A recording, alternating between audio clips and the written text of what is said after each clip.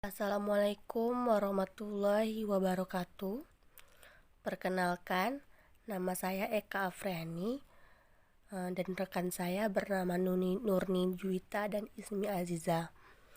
Baiklah, di video kali ini kami akan sedikit menjelaskan tentang audit. Langsung saja. Yang pertama itu audit keuangan internal. Audit keuangan internal adalah rangkaian aktivitas dalam pemeriksaan yang dikerjakan oleh pihak yang berasal dari bagian internal, yaitu auditor perusahaan untuk memeriksa catatan akuntansi dan keuangan perusahaan.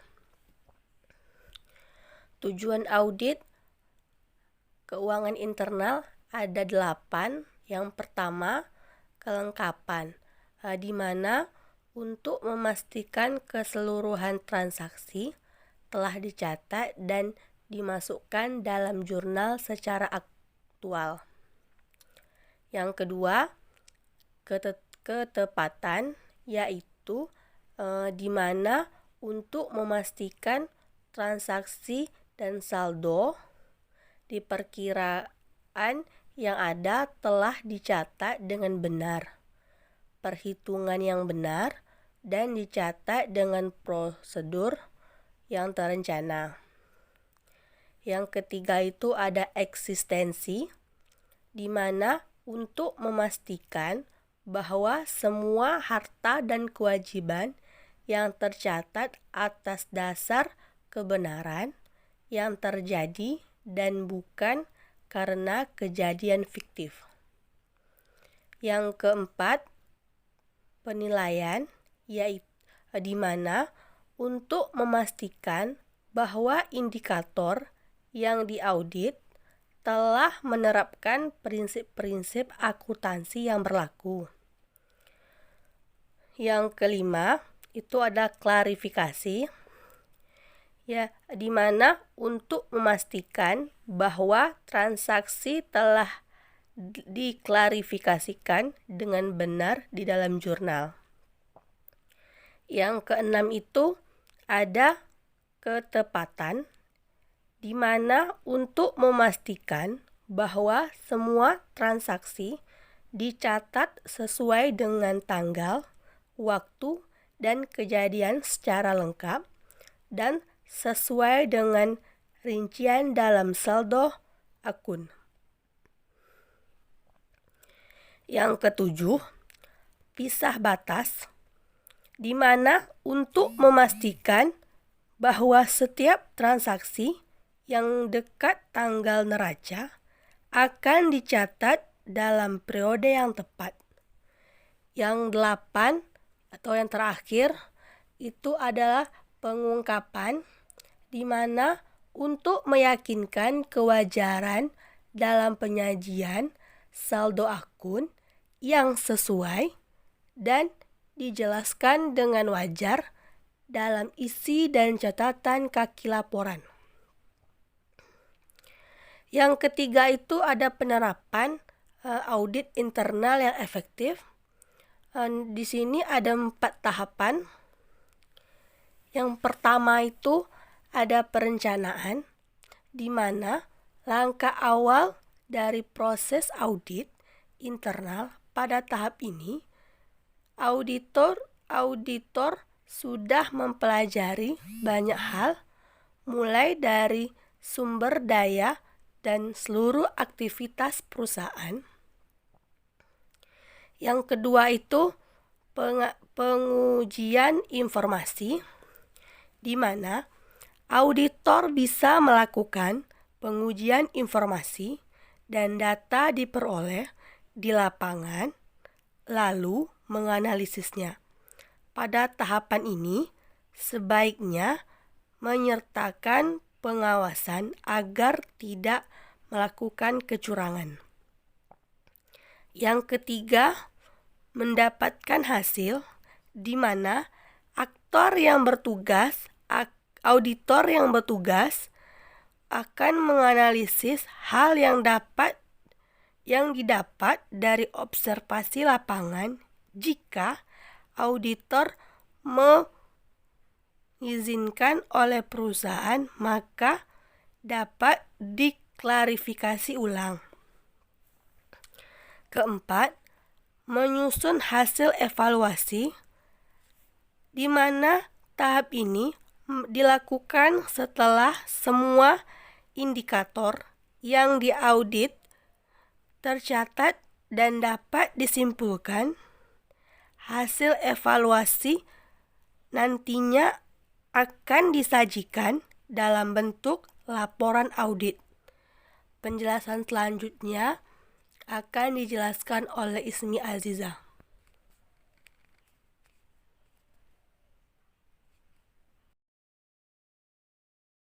Baiklah, selanjutnya audit internal dalam pemerintahan adalah audit yang dilakukan di lingkungan organisasi atau lembaga yang bergerak di bidang penyediaan barang dan jasa publik, public good and surprise, yaitu barang dan jasa yang dibutuhkan oleh khalayak ramai atau masyarakat pada umumnya, seperti jalan raya, rumah sekolah, rumah sakit, tempat ibadah, pertahanan dan keamanan, penerangan dan sebagainya. Organisasi atau lembaga sektor publik tersebut dapat berupa instansi pemerintahan, BUMN atau BUMD, dan lembaga swasta. Memperhatikan hal tersebut, pengertian audit internal pemerintahan dapat dipertajam menjadi kegiatan audit yang dilakukan oleh auditor yang bekerja untuk kepentingan manajemen organisasi atau lembaga pemerintah, BUMN atau BUMD, dan swasta yang melakukan upaya penyediaan barang dan jasa publik. Jenis-jenis audit sektor pemerintahan dan wewenang audit pemerintahan. Menurut Undang-Undang Nomor 15 Tahun 2004, audit sektor pemerintahan terdiri atas pemeriksaan keuangan, pemeriksaan kinerja, dan pemeriksaan dengan tujuan tertentu. Yang pertama, pemeriksaan keuangan adalah pemeriksaan atas laporan keuangan yang bertujuan untuk memberikan keyakinan yang memadai. Apakah laporan keuangan telah disajikan secara wajar dalam semua hal yang material sesuai dengan prinsip akuntansi yang berlaku umum di Indonesia atau basis akuntansi komprehensif selain prinsip akuntansi yang berlaku umum di Indonesia. Tujuan dari audit atas laporan keuangan adalah untuk mengungkapkan suatu opini yang jujur mengenai posisi keuangan, hasil operasi, dan arus kas yang disesuaikan dengan prinsip akuntansi yang berlaku umum. Laporan audit merupakan media yang mengungkapkan opini auditor, atau dalam kondisi tertentu, menyangkal suatu opini. Audit keuangan terdiri dari beberapa unsur sebagai berikut. Yang pertama, segmen laporan keuangan DIPA, perbedaan realisasi dengan anggarannya. Yang kedua, pengendalian internal mengenai ketaatan terhadap undang-undang yang berlaku.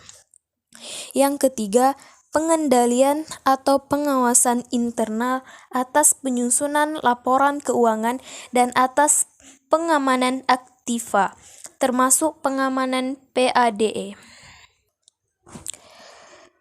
Yang kedua, pemeriksaan dengan tujuan tertentu adalah pemeriksaan yang tidak termasuk dalam pemeriksaan keuangan dan pemeriksaan kinerja.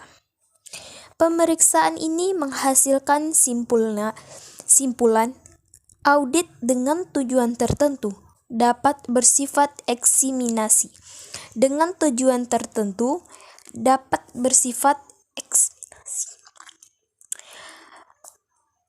atau prosedur yang disepakati. Audit dengan tujuan tertentu mencangkup atas audit atau hal-hal lain yang di bidang keuangan, audit investigatif, dan audit atas sistem pengendalian internal. Ketiga, pemeriksaan kinerja yang ketiga, pengendalian atau pengawasan internal atas penyusunan laporan keuangan dan atas pengamanan aktiva, termasuk pengamanan PADAE. Yang kedua, pemeriksaan dengan tujuan tertentu adalah pemeriksaan yang tidak termasuk dalam pemeriksaan keuangan dan pemeriksaan kinerja. Pemeriksaan ini menghasilkan simpulan. Audit dengan tujuan tertentu dapat bersifat eksaminasi, review, atau prosedur yang disepakati. Audit dengan tujuan tertentu mencangkup atas audit atau hal-hal lain di bidang keuangan.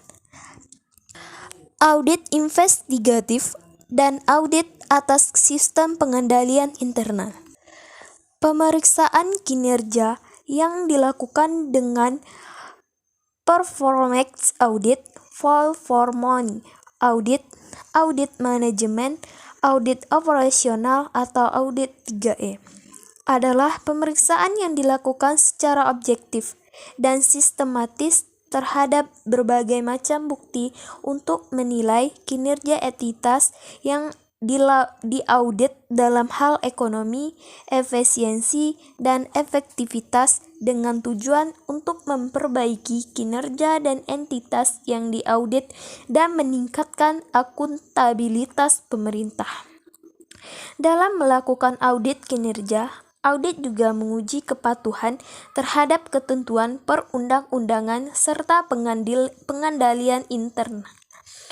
Pemeriksaan ini menghasilkan temuan, simpulan, dan rekomendasi melalui audit kinerja. Tingkat akuntabilitas pemerintah dalam proses pengambilan putusan oleh pihak yang bertanggung jawab akan meningkatkan sehingga mendorong pengawasan dan kemudian tindakan koreksi. Audit kinerja atau operasional memiliki cirinya antara lain. Yang pertama, bersifat konstruktif dan bukan mengkritik. Yang kedua, tidak mengutamakan mencari-cari. Audit operasional adalah cara pemeriksaan perusahaan dalam menjalankan bisnis dengan tujuan efisiensi dan efektivitas bisnis. Tahapan audit operasional. Yang pertama, perencanaan, di mana auditor memperoleh pemahaman tentang bisnis serta operasionalnya dalam penilaian dan menargetkan operasional utama yang mana yang harus mereka lakukan. Yang kedua, ada eksekusi, yaitu operasional bisnis dengan mengamati dan memeriksa dokumen.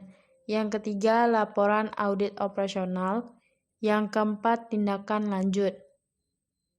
Jenis-jenis audit operasional terbagi atas 3. Yang pertama, audit fungsional. Yang kedua, audit organisasi. Dan yang ketiga, penugasan khusus.